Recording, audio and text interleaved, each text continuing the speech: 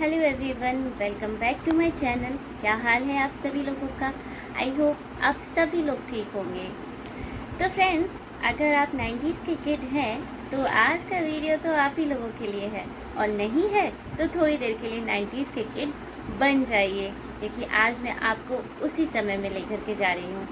I am sure कि मैं जब इस समय में आपको लेकर जाऊँगी तो आप भी बहुत ज़्यादा मेमोरीज में चले जाएंगे। जी हाँ, सन 2000 में एक सीरियल शुरू हुआ स्टार प्लस पे, जिसका नाम था सोनपरी। ये सीरियल नाम सुन के ही ऐसा लगता है कि ये सिर्फ बच्चों के लिए ही बनाया गया।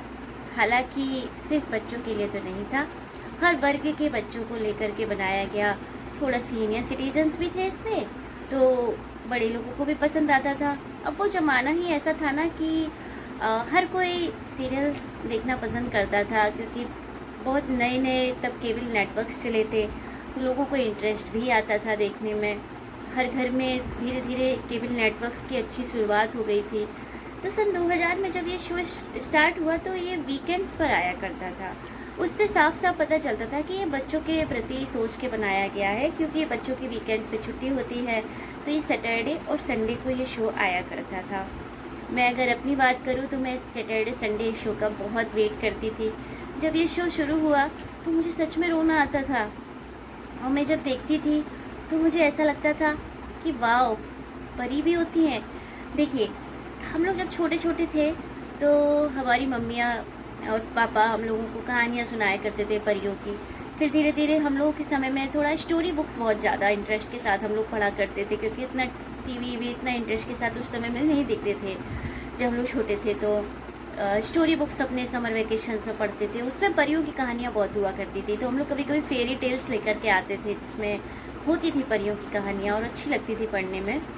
ऐसे में स्टार प्लस ने सोचा कि क्यों ना अपनी ऑडियंस को जीते जागते परियों से मिला दिया जाए। तो हाँ, उन्होंने हमें एक ऐसी परी से मिलाया जो कि सबके दिल की फेवरेट हो गई थी। जी हाँ, सीरियल का नाम था सोनपरी।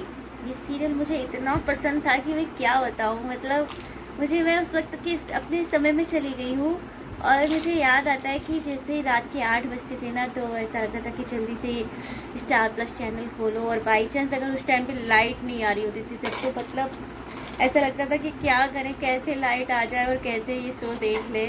और अच्छी बात ये थी कि मेरे घर में सबको पसंद था। मतलब मम्मी पापा मतलब मना नहीं करते थे देखने के लिए, कहते थे कि हाँ चलो देख लो। सीरियल अच्छा था, बहुत प्यारा, बहुत ही इमोशनल, इंटरेस्टिंग और जादुई दुनिया से भरा हुआ शो था, तो मज़ा भी आता था देखने में। कहानी कुछ कुछ ऐसी थी कि फ्रूटी नाम की एक बच्ची थी, बहुत छोटी थी, लेकिन वो जो बच्ची थी उसके माँ नहीं थी, और फादर अकेले पाल रहे थे। तो उनके फादर ने सोचा कि क्यों ना मैं एक दूसरी शादी करूँ, तो मेरी बेटी को एक माँ मिल जाएगी। तो जब वो एक लड़की से बातचीत करना शुरू करते हैं तो वो उनको मैनिपुलेट करती है कि हाँ, आपकी बच्ची का ध्यान रखूँगी, और शादी वादी भी करने की बातें चल रही होती है। तो फ्रूटी नहीं चाहती थी कि उस लड़की से उसके फादर की शादी हो। वो उससे चिढ़ती थी फ्रूटी, क्योंकि फ्रूटी जानती थी कि ये मुझे शादी के बाद बिल्कुल प्यार नहीं करेगी और हॉस्टल भेज देगी, क्योंकि ये माइंडसेट था उस लड़की का कि जैसे ही मेरी शादी होगी मैं इसको हॉस्टल भेज दूँगी और मैं अपनी ज़िंदगी मज़े से जीऊँगी। ऐसे में वो रोती थी। कभी कभी फादर ना होने पर वो लड़की उसको परेशान भी करती थी फ्रूटी को, जिससे वो उसके फादर शादी करना चाहते थे, फ्रूटी के फादर। तो ऐसे में एक दिन फ्रूटी बहुत रो रही होती है, तो ये उसका रोना जो है सोनपरी से देखा नहीं जाता है। तो सोनपरी जब धरती पर आती है तो फ्रूटी को बड़ा प्यार से उससे मिलती है, और ऐसे ही शुरू होती है फ्रूटी और सोनपरी के एक इमोशनल टच की कहानी। तो वो कहानी थोड़ी सी जादुई भी होती है। जब सोनपरी फ्रूटी को मिलती है तो फ्रूटी को लगता है कि ये तो बिल्कुल मेरी माँ जैसी है, मुझे माँ की तरह प्यार करती है।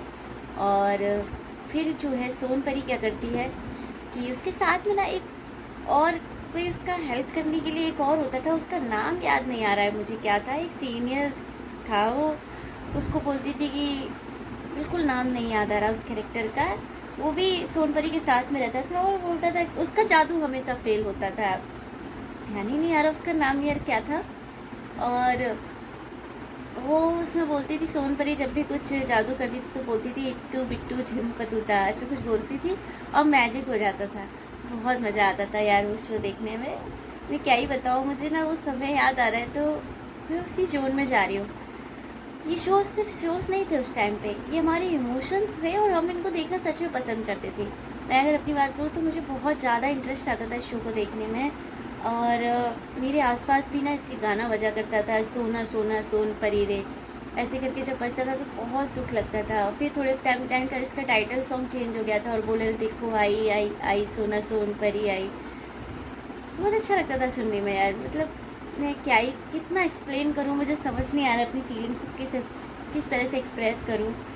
बिकॉज़ जब आप किसी चीज़ के बारे में बात करते हो तो आप उस जोन में चले जाते हो ना, तो वही चीज़ मेरे साथ में अभी हो रही है। मैं जब आप लोगों से इस शो के बारे में बात कर रही हूँ तो मैं अपने उसी बचपन में जा रही हूँ। मैं बहुत छोटी थी, सन 2000 में। मैं क्या ही बताऊँ, मैं शायद 5 ईयर की थी शायद। हाँ, तो इतनी कम उम्र में आप इमेजिन करिए कि 5 ईयर की तो नहीं थी, थोड़ा सा बड़ी थी शायद। एक अभी काउंट करना पड़ेगा, एग्जैक्ट एज याद करनी पड़ेगी। 6 ईयर की थी या 7 ईयर की थी, ऐसे ही थी। थोड़ा सा क्लियर याद नहीं आ रहा है, लेकिन हाँ 6 या 7 ईयर की थी शायद 1-2 साल का डिफरेंस हो सकता है, क्योंकि 5 तो बहुत कम थे। 6 या 7 ईयर की थी। तो स्टोरी मैंने थोड़ा थोड़ा आपको बताया कि अब ये तो एक स्टोरी थी शो की। बाकी इसमें मैजिक बहुत होते थे, कहीं कोई सोनपरी को परेशान करता था तो कहीं जो सोनपरी उसके परियों का जो देश था वहाँ सोनपरी को लोग बहुत परेशान करते थे। इधर फ्रूटी की ज़िंदगी में भी बड़ी परेशानियाँ चलती रहती। तो ये सारी चीज़ें जब हम देखते थे तो थोड़ा दुख तो होता था देखने में, और जब सब चीज़ें सही हो जाती थी तो मज़ा भी बहुत आता था देखने में। और ख़ासकर जब सोनपरी जो है वो फ्रूटी को परेशान करने वाली लड़की जो थी, उसका नाम याद नहीं आ रहा ना कैरेक्टर का, उसका फादर जिससे शादी करना चाहता था, वो उसको ना परेशान करती थी तो बहुत मज़ा आता था। ऐसा लगता था हाँ बहुत सही किया उसको कैसा करके। खैर शो तो सच में बहुत मज़ेदार था।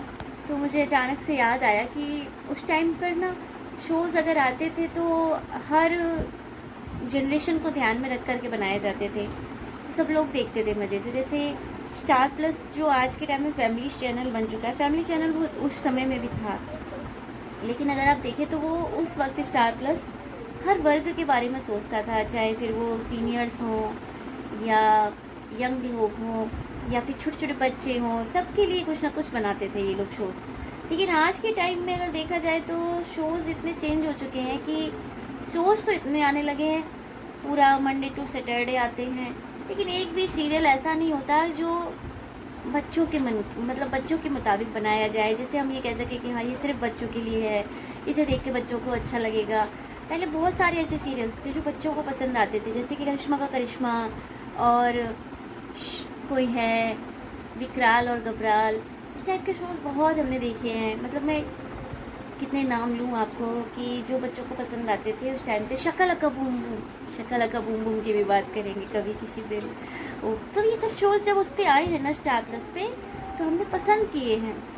पर पता नहीं क्यों अब नहीं आते इस टाइप के शोज़ कि बच्चों के लिए थोड़े शोज़ हों तो हम बच्चों को दिखा सकें।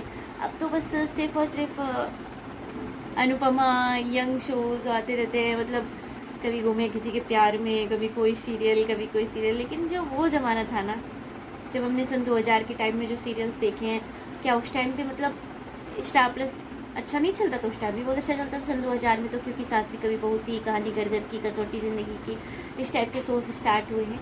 लेकिन फिर भी सैटरडे संडे वीकेंड्स पे इन्होंने बच्चों के बारे में सोच रखा था कि चलो हमें बच्चों के लिए भी कुछ अच्छा बनाना चाहिए। तो उस टाइम पे सोनपरी सीरियल था, बड़ा अच्छा था, काफ़ी साल रनिंग की है इस शो ने और बढ़िया चला है शो। वो फ्रूटी ज़रा सी बच्ची थी और काफ़ी बड़ी हो गई थी, तो हमने खुद अपनी आंखों के सामने ये शो को देखा है काफ़ी समय तक। तो आई होप ये शो आप लोगों को भी थोड़ा याद आया होगा अगर आपने देखा होगा तो। लेकिन एक बात प्रॉब्लम ये है कि हम अगर आज इस शो को देखना चाहें, अपने बच्चों को दिखाना चाहें, तो ये शो हमें कहीं भी रिपीट टेलीकास्ट में देखने को नहीं मिलते हैं। मुझे नहीं पता कि क्या प्रॉब्लम है। स्टार प्लस क्लासिक्स पे इनको करके दिखाना चाहिए इस टाइप के शोज़, क्योंकि ज़रूरत है हम सबको इन पुराने समय में जाने की।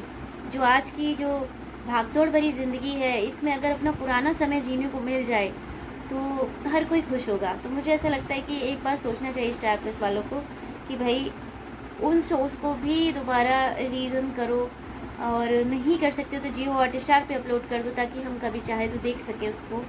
पर पता नहीं क्यों ही नहीं दिखाते यार ये लोग, क्या प्रॉब्लम है। इतने अच्छे अच्छे शोज़ रहे हैं, याद आती है तो लगता है कि हमारी मेमोरीज़ में ही क्यों है आपके पास, क्योंकि सास का भी वो होती है कि पुराने सारे एपिसोड्स हैं, लेकिन ये वो शोज़ हैं जो लोगों ने पसंद किए हैं, लेकिन इनके पुराने एपिसोड्स कहीं देखने को नहीं मिलते हैं।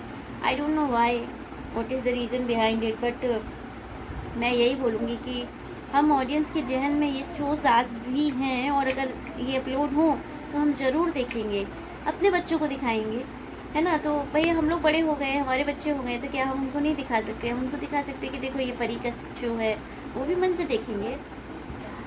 खैर, मैं तो बस इतना कह सकती हूँ कि एक बार सोचना चाहिए स्टार प्लस को अपने उन क्लासिक शोज़ का जो थोड़े से डिफरेंट और अलग थे, यूनिक शोज़ थे ये, जो लोगों ने पसंद किए हैं। रीमिक्स सीरियल था, और ये वो शोज़ थे ना जो बच्चों के लिए बनाए गए थे। पता नहीं क्या ही हो गया है, दिखाते ही नहीं है ये लोग यार ये शोज़।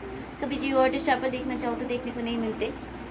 तो आई होप आपको मेरा ये सोनपरी सीरियल को लेकर के रिव्यू अच्छा लगा होगा, आप भी मेरी तरह उस ज़माने में चले गए होंगे। अगर आप लोगों को ये रिव्यू ज़रा भी पसंद आया हो ना, तो प्लीज़ मेरे इस वीडियो को लाइक कर देना, कमेंट करके बताइएगा कि सोनपरी सीरियल के साथ आपकी क्या मेमोरीज जुड़ी हैं, और आपने कभी ये शो देखा है या नहीं देखा है।